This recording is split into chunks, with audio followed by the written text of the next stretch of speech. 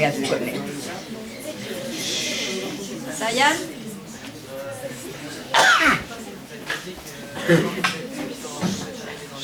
Ah oui, elle a raison, elle fait chaud.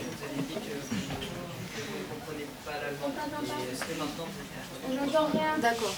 Vous ne compreniez pas l'allemand quand vous êtes rentré dans les camps de concentration? Comment? Vous ne compreniez pas l'allemand?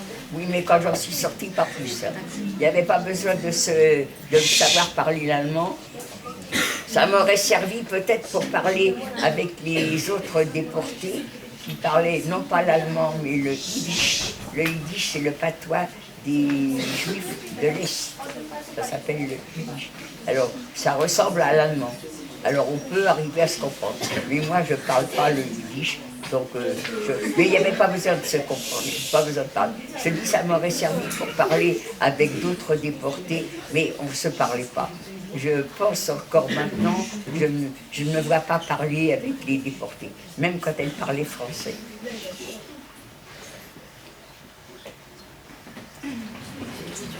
On était transformés, enfin, en tous les cas, moi, j'étais plus un être humain.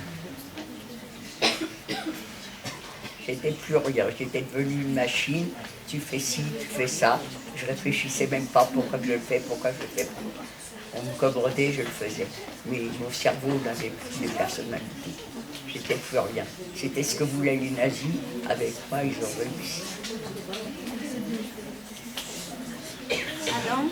Est-ce qu'on m'entend en fait? Oui. Vous m'entendez quand je parle? Oui, oui. Ah, parce que même dans le fond? Oui, oui. Ah, d'accord. Parce qu'il serait temps que je me réveille. Adam? Votre fils, il a quel âge maintenant? Votre enfant a quel âge aujourd'hui? Mon? Votre enfant? Oh mon vieux, il est vieux mon fils. Comme l'âge il a, je sais même plus, je crois qu'il a 34 ans, je crois. Mais non, qu'est-ce que je raconte? Mon fils, c'est mon petit-fils. Non, non, mon fils a 69 ans. 69 ans. 69. Il est vieux. Ah, c'est le petit-fils qui a Mon petit-fils qui a 33 ans. Jamal? Est-ce qu'il y a encore vos amis qui sont vivants? Est-ce qu'il y a encore des personnes déportées qui sont en vie? Non, malheureusement, la dernière est morte il y a 2 ans, 3 ans. Mais il y a quand même encore quelques survivants. Mais je connais pas. Mais j'avais que quelques amis, petit à petit, elles sont tous mortes. Et celle que je connaissais, la dernière, c'était Marceline. Elle est morte il y a 2-3 ans. Mais il y a quand même encore quelques survivants, mais je ne les connais pas.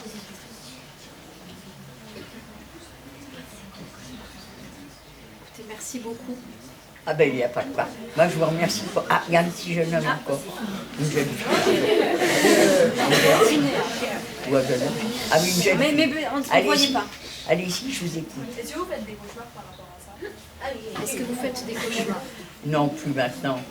D'abord pour moi, c'est parce que je parle tous les jours, je suis dans un établissement différent. Alors j'en parle tellement que je n'ai pas à faire de cauchemar. Peut-être que si je n'avais pas fait ce que je fais maintenant, peut-être que j'en aurais. Mais c'est pas le cas. Mais depuis quelque temps, j'arrive à penser la déportation. Mais c'est pas un cauchemar. Iker? Est-ce que vous avez eu peur de la mort? Avez-vous eu peur de la mort? Je crois que quand on était dans le camp, on n'y pensait pas du tout. J'ai jamais eu peur, mais je crois qu'on n'y pensait pas. Et maintenant, j'y pense, mais sans en avoir peur. Le jour où ça arrivera, peut-être que j'aurai peur. Mais pour l'instant, je pense que ça va arriver un jour. Je ne suis pas immortelle, mais je n'ai pas peur. Mais quand je serai à la porte de la mort, peut-être que je ne sais pas ce que je penserai. On n'a jamais interrogé les gens qui étaient prêts, je ne sais pas. En tous les cas, moi je ne connais pas quelqu'un qui parle après avoir côtoyé la mort.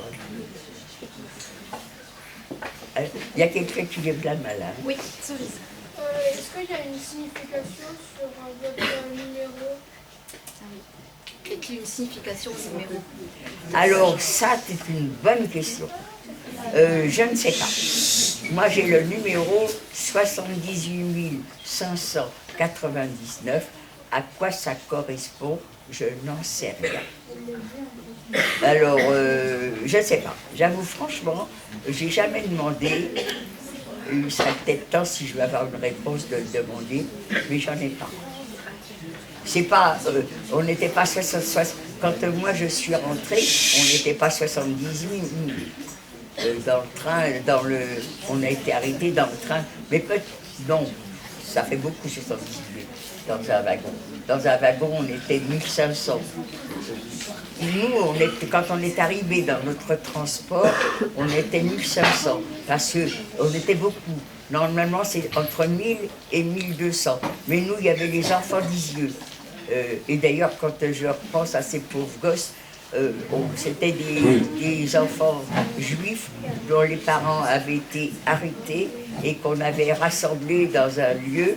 Et je ne comprends pas d'ailleurs comment ça se fait que des gens, on est à la chasse aux juifs et des enfants orphelins juifs, on les rassemble. Je n'ai jamais compris cette histoire. Comment des gens ont eu la bêtise de faire ça. Et un jour, à Drancy, je suis arrêtée, je suis à Drancy, et on va arriver, tous ces petits-enfants. Il y en avait des grands de 4 ans qui tenaient par la main des bébés qui marchaient à peine. On leur avait mis leur nom sur une étiquette, parce qu'ils ne savaient même pas leur nom. Eh bien, ces enfants-là ont été dans notre transport pour être assassinés. Quelquefois, je vois des gamins, je les vois dans la rue, vous les regardez, il y en a qui vous tirent la langue, hein, mais il y en a d'autres qui me font des beaux sourires. Il n'y a pas longtemps aussi, il y a 2-3 jours, une petite fille adorable dans sa poussette, je la regarde, elle me regarde, elle me fait un grand sourire. Et je ne sais pas pourquoi d'un seul coup, si ça se trouve, ces salauds de nazis les faisaient rentrer dans les chambres à gaz pour mourir, et peut-être que ces enfants leur faisaient des grands sourires. Mais c'était des êtres immondes, ils ne savaient pas ce que c'était qu'avoir de la tendresse. Hitler leur avait tellement fait de bourrage de crâne, ils étaient tous à haïr les juifs. Il n'y en avait pas qui étaient sensibles. Ça n'existait pas, je ne crois pas.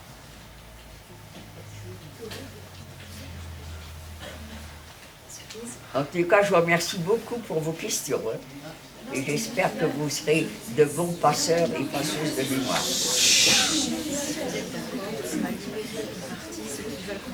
Ah oui, non, mais il n'y a pas de problème.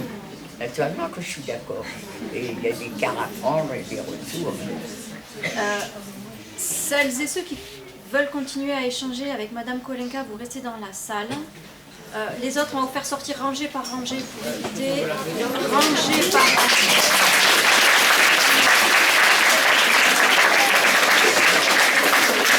Les applaudissements pour vos professeurs. Pour vos professeurs qui vous font venir. Ça, d'accord, mais pas pour moi. Les rangées, ceux qui veulent y aller. J'ai dit rangée par rangée, donc la rangée 2 ne bouge pas. Merci.